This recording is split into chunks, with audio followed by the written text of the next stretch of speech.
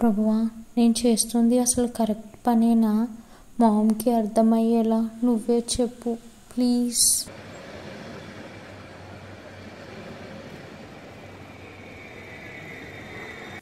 దేవా, ఇదే నా ఆఖరి యుద్ధమని చెప్పను. ఊపిరి ఉన్నంత వరకు నీ దర్శనం కోసం నేను పోరాడుతా ప్రభువా. అవును, నేను ఓడిపోయాను. ఒక్కసారి కాదు, 100 సార్లు ప్రార్థనలో ఓడిపోయాను, విశ్వాసంలో ఓడిపోయాను. కానీ నన్ను నువ్వు ఆ స్థితిలో ఉంచలేదు దేవా. మళ్ళీ మళ్ళీ తిరిగి లేపావు. ఇప్పుడు స్థిరంగా నన్ను నీ చిత్తంలో నిలిపావు. ఇప్పుడు బయట నుండి పోరాటాలు ఎదురవుతున్నాయి. అయినా సరే ఈసారి భయపడను. నేను వెనక్కి అడుగు వేయను ప్రభువా. ఈసారి ఎర్ర సముద్రం లాంటి ఉపద్రవాలు ఎదురైనా సరే నేను బెదిరిపోను ప్రభువా. నిన్ను విడిచిపోను. నాకు ఈ శోధనలో నిలబడి ఎదురెళ్లే ధైర్యం ఇవ్వు ప్రభువా. ఈ ప్రయత్నంలో కొన్నిసార్లు నాపై నాకే నమ్మకం లేని పరిస్థితులు ఏర్పడవచ్చు. అయినప్పటికీ నువ్వు నాతోనే ఉన్నావు అన్న ధైర్యం నాకు ఇవ్వు దేవా. నీ వాక్యం సెలవిస్తుంది కదా, 1 యోహాను పత్రిక 5వ అధ్యాయం 4వ వచనం, దేవుని మూలముగా పుట్టిన వారందరూ లోకమును జయించుదురు, లోకమును జయించిన విజయము మన విశ్వాసమే అని. నా విశ్వాసాన్ని బలపరచుము దేవా. ఆమేన్.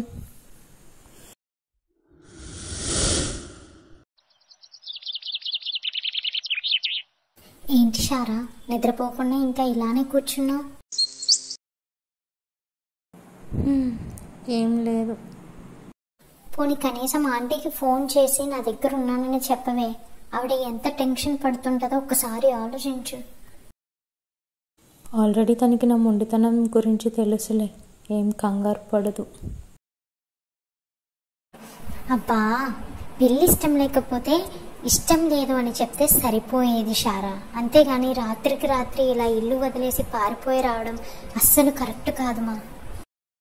వినేవాళ్ళకైతే చెప్పొచ్చు నిషా, కానీ అమ్మ ఈసారి బలవంతంగా నా పెళ్లి చేయాలని ఫిక్స్ అయిపోయింది. ఇప్పుడు నేను చెప్పినా సరే వినటం లేదు. మరి నన్ను ఏం చేయమంటావో నువ్వే చెప్పు. అయితే ఇంకా ఇంటికి తిరిగి వెళ్ళే ఉద్దేశం లేదా నీకు? ఖచ్చితంగా వెళ్తా, కానీ తనకి నా బాధ అర్థం కావాలి. దేవుని కన్నా నాకు ఏది ఎక్కువ కాదు అని తనకి తెలియాలి. ఆఖరికి తను కూడా నాకు ఎక్కువ కాదు అని తనకి స్పష్టంగా అర్థం అవ్వాలి. అప్పుడే వెళ్తా.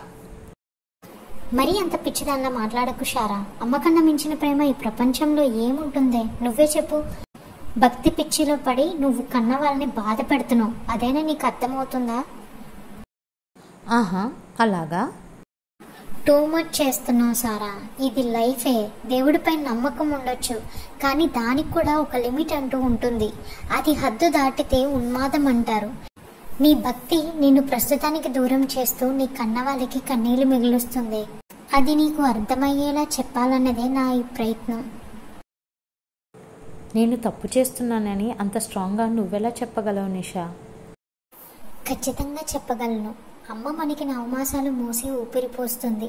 మనల్ని పెంచి పెద్ద చేసి తల్లిదండ్రులు ఇంత వారిని చేస్తే తీరా చేతికి అంది వచ్చిన కూతురు కంటికి కనిపించని దేవుడి భక్తిలో బ్రతుకుతూ ఉన్న మంచి ఉద్యోగాన్ని కాస్త వదిలేసి ఇటు పెళ్లి చేసుకోకుండా జీవితాన్ని పాడు చేసుకుంటుంటే ఆ బాధ వారికి ఎలా ఉంటుందో నీకు తెలుసా? అదేంటే నేను అడుగుతుంటే అలా నవ్వుతున్నావు? సమాధానం చెప్పు. సరే, నేను నీకు సమాధానం చెప్పే ముందు ఒకటి నిన్ను అడుగుతాను, దానికి స్ట్రైట్గా ఆన్సర్ చెప్పు నిషా. నాకు కోవిడ్ వచ్చి క్వారంటైన్కి వెళ్తున్నప్పుడు నా వెంట ఎవరు వచ్చారు? అమ్మ వచ్చిందా? ఫ్రెండ్స్ ఎవరైనా వచ్చారా? లేదా నువ్వు వచ్చావా? ఉఫ్ఫో, అది కాదు విషయం ఇక్కడ. ప్లీజ్ లెట్ మీ కంప్లీట్ నిషా. అప్పుడు నేను చావటానికి వెళ్తున్నాను అని చాలామంది అనుకున్నారు. ఈవెన్ నాలో నాకే కాన్ఫిడెన్స్ లేదు నేను మళ్ళీ ప్రాణాలతో తిరిగి ఇంటికి వస్తాను అని. ఆ రోజు నేను క్వారంటైన్కి ఎందుకు వెళ్ళానో తెలుసా? మా మమ్మీకి నా వల్ల అపాయం రాకూడదు అని. ఈరోజు నేను బ్రతికి ఉన్నా కాబట్టి నాకు పెళ్ళి లొల్లి అని అంటున్నారు. మంచి జాబ్కి రిజైన్ చేసేసావు అని తిట్టిన తిట్టకుండా నన్ను తిడుతున్నారు. కానీ నా వాళ్ళకన్నా వాళ్ళ బాధ కన్నా నా దేవుడు నాకు ఎందుకు ఎక్కువయ్యారో తెలుసా? నిస్సహాయంగా ఒంటరిగా చావుకి సిద్ధపడి క్వారంటైన్కి వెళ్ళినప్పుడు నేను నా వెంట తీసుకొని వెళ్ళింది నా బైబిల్ మాత్రమే. నా కళ్ళ ముందే ఎంతోమంది పేషెంట్స్కి సీరియస్ అయ్యి హాస్పిటల్కి షిఫ్ట్ చేశారు. వాళ్ళని మళ్ళీ నేను అక్కడ చూడలేదు.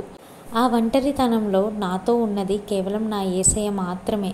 ఆఖరికి అమ్మ కూడా నాకు ఫోన్లో మాత్రమే ధైర్యం చెప్పగలే పరిస్థితి అప్పుడు. ఆ క్షణం నాకు అర్థమైంది, ఈ చీకటి జీవితంలో మన వెంట నిలిచేది ఎవరో.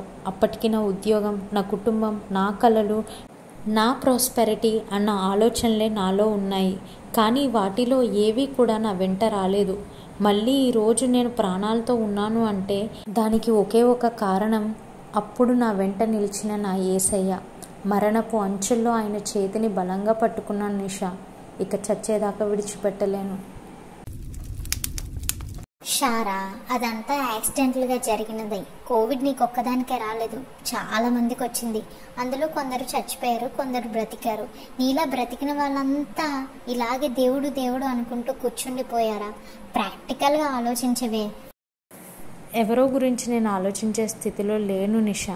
ఈ జీవితం నా ప్రభువు నాకు ఇచ్చిన చివరి అవకాశం. మిగిలిన జీవితం కేవలం తన కోసమే బ్రతకాలని నేను ఆనాడే నిశ్చయించుకున్నా. నా పిలుపుని, నా నిశ్చయితని ఎవరు ఆహ్వానిస్తారో వాళ్ళని మాత్రమే నేను లైఫ్లోకి ఇన్వైట్ చేయాలి అనుకుంటున్నాను. ఒకవేళ ప్రపంచంలో ఎవ్వరూ లేకపోయినా సరే పర్వాలేదు. ఏ విశ్వాసం, నిరీక్షణ, నమ్మకంతో అయితే ఇన్నాళ్ళు దేవుని కోసం ఎదురు చూస్తున్నానో అదే విశ్వాస నిరీక్షణలతో అంతము వరకు ఒంటరిగా నిలిచిపోతాను. నా దర్శనం, పిలుపు, నిశ్చయితలో మాత్రం నేనెన్నటికీ కాంప్రమైజ్ కాలేను. భగవంతుడా, నీకు నిజంగా పిచ్చి పట్టేసిందే. ఇలాంటి పరిస్థితుల్లో నువ్వు పెళ్లి చేసుకుని అవతల వ్యక్తిని పిచ్చివాణి చేసే కన్నా నువ్వు ఇలా ఉండిపోవడమే చాలా బెటర్.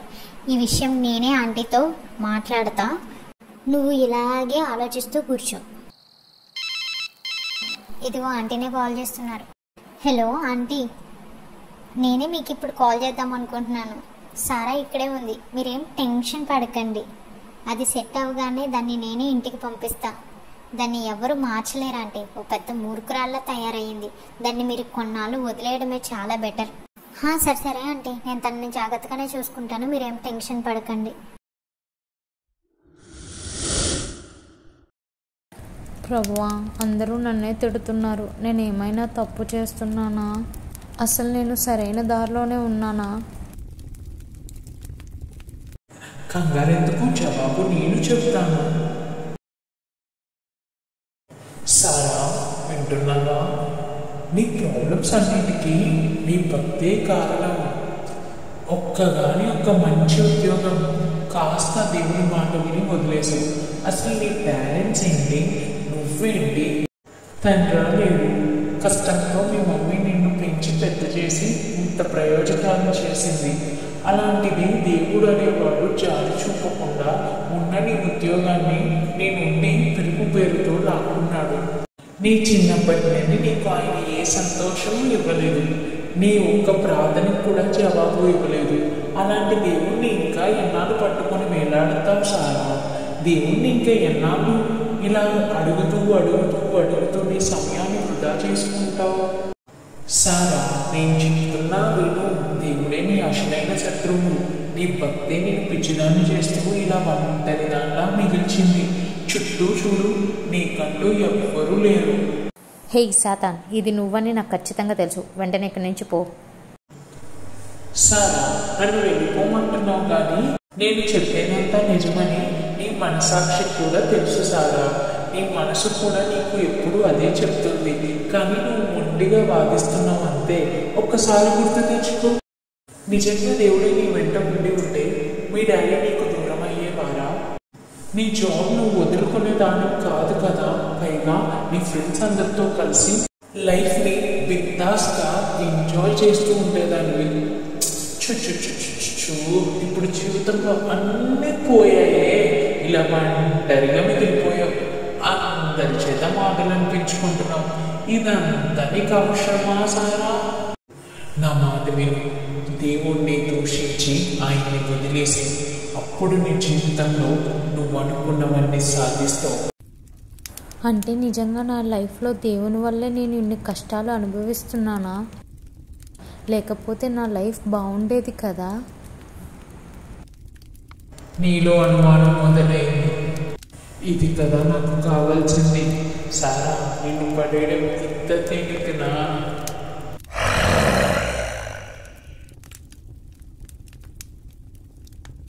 సారా, నువ్వు జీవితంలో తెలుసుకోవాల్సినవి చాలా ఉన్నాయి.